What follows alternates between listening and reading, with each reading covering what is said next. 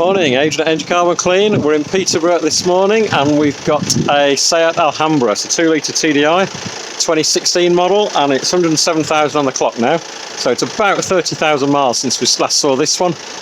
It's a taxi and it's doing about 4,000 miles a month. So the owner wants to keep on top of this, make sure it's nice and clean, nice and fuel efficient. He's got a service due tomorrow. So absolute perfect timing just before the service, get it cleaned up, get it diagnosed, get the codes cleared, see what's reappeared by tomorrow, obviously get fresh oil into it then. Yeah, very important to keep this running at its best, given the miles and given the fact that we're relying on it for work.